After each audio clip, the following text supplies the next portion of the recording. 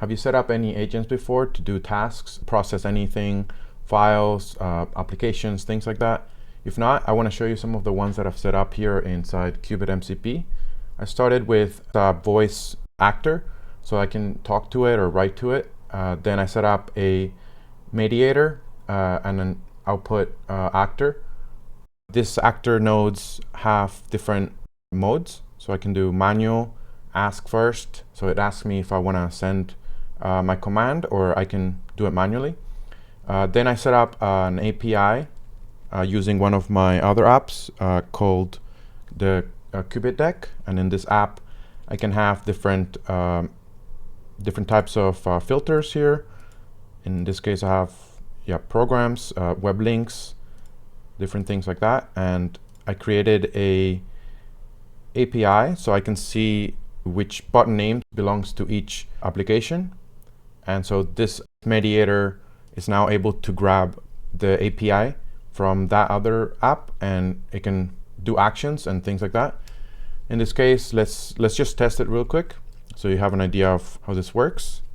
So let's clear this voice actor and let's just give it a voice command. I've set up my agents here to the assistant, Tanya. Let's turn on the microphone and give it the command. Open FL Studio. So now the command is being processed by the mediator, is grabbing the API and finding the button that needs to call.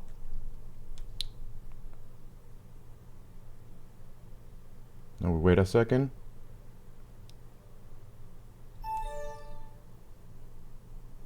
I need the security guard to approve Qubit Deck access. Before I touch that, darling. So now it asks the security guard agent, which is another agent, and now I need to approve. Now send it to the controller, and he's going to be the one executing the command in the API. Opening FL Studio. There we go. It opened the app. The cool thing about this is that you don't have to be specific about what app you want to open. So we can open a different app without actually naming the app. For example, I have a RGB.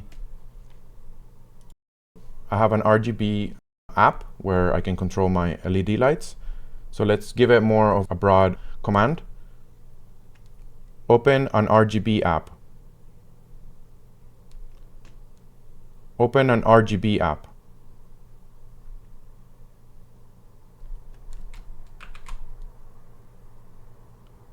Okay, let's send that. It didn't actually get the entire thing.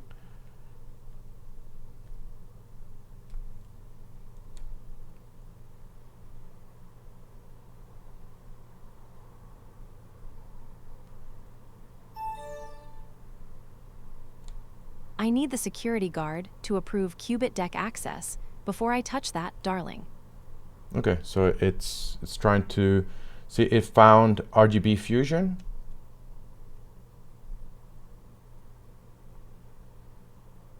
Now it's going to open up the app. Opening RGB Fusion. So it's going there. And yeah, the RGB is on the name, so that one is a little bit more difficult to open. But let's see if we can open up a different application. Open up a photo editing app.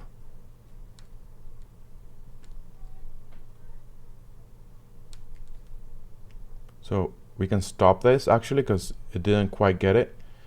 The problem is the transcribe is using Google Cloud, or we can do local whisper, which is a local model that will take a voice to text. So this one is just Google Cloud. So let's clear this up and then let's try to pronounce it a little better. Open up a photo editing app. Okay, now that's a bit better. It caught it better. So let's remove this here.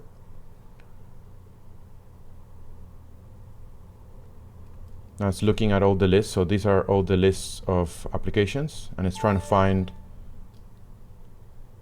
I need the security guard to approve Qubit Deck access. before I touch that, darling. Okay, so yeah, I found GIMP. So I didn't say open up GIMP. I just found that in the list that it had GIMP. So it's just starting up GIMP now. Opening GIMP. Yeah, so it's going and opening GIMP now. Now, yeah, there's GIMP. Let's close that. And so in this mode, for example, we can do different. This one is set to manual, but we can do it to auto respond. So once I stop talking, it just automatically sends it. But that way you don't have a chance to edit the text here. So let's just say, how are you doing?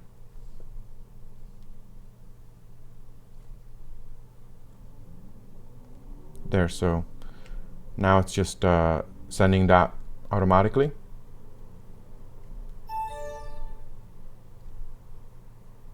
I'm doing well, thank you. Quietly keeping the lights on in the machine and trying not to look too pleased that you asked. How are you holding up? There we go. Now let's do another of the agents. So that's just the assistant, and it asks permission from other agents. So this is the security guard. We got songwriter. We got the other one that I want to show is the translator, and security guard, assistant. This one is just the controller directly, so it can just open the app without requiring security assistance. So I can just give it a command without it going through the security guard. The assistant does, just in case I'm talking, I don't want it to be executing commands without me wanting it to do so. Let's try the translator. So let's try the translator now, and let's change the language settings from, yeah, this one is English to, let's do another language. Let's do Japanese. These are the different voice models. So this one is this is a Google one, this is a Microsoft, and this one is a local AI model that I downloaded, and it has different languages and different male or female voices. So let's just ask it, or let's set this to the assistant. Actually, the translator. Okay. So let's just translate. Let's say something. Who is Miyamoto Musashi? So now it's going to convert that into Japanese.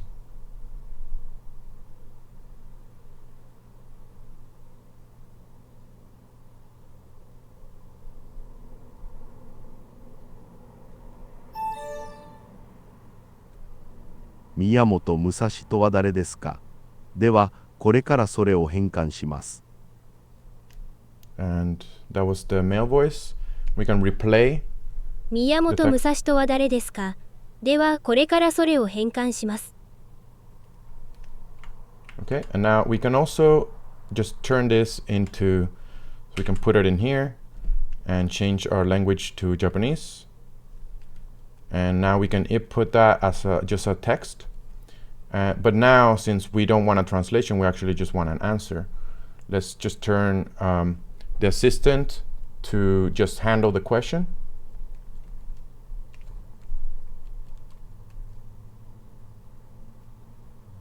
Just going to give us an answer to the actual question.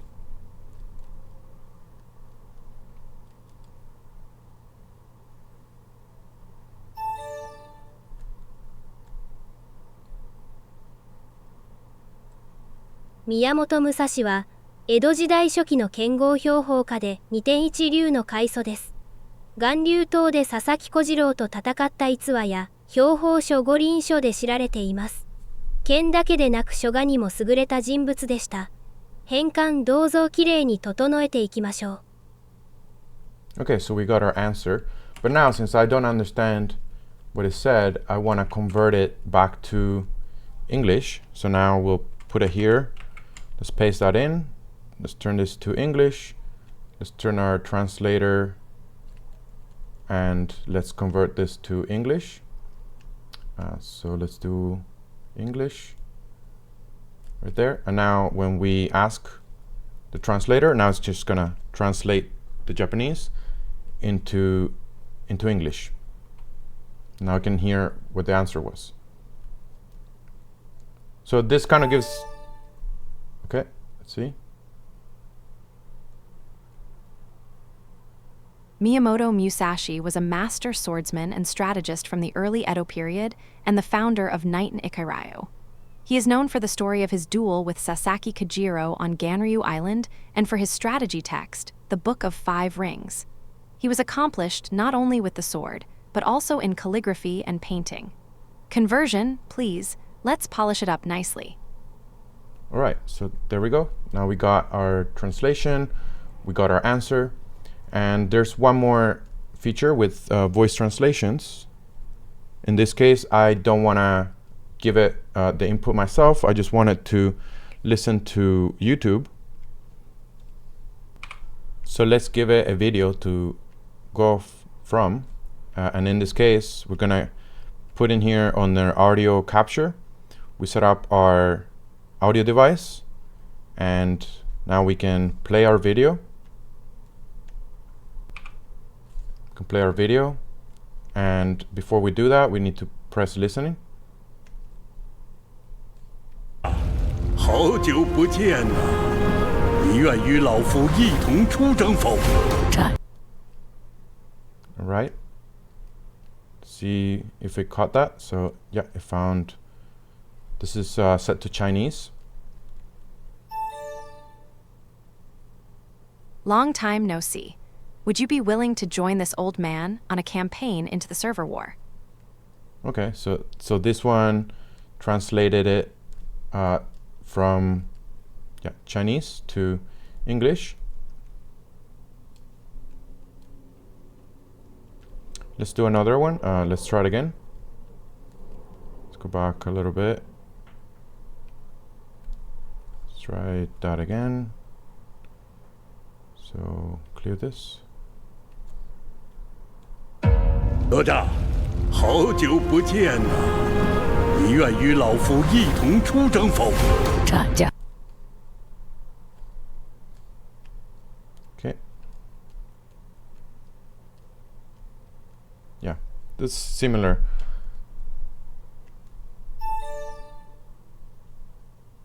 Neja, it has been a long time.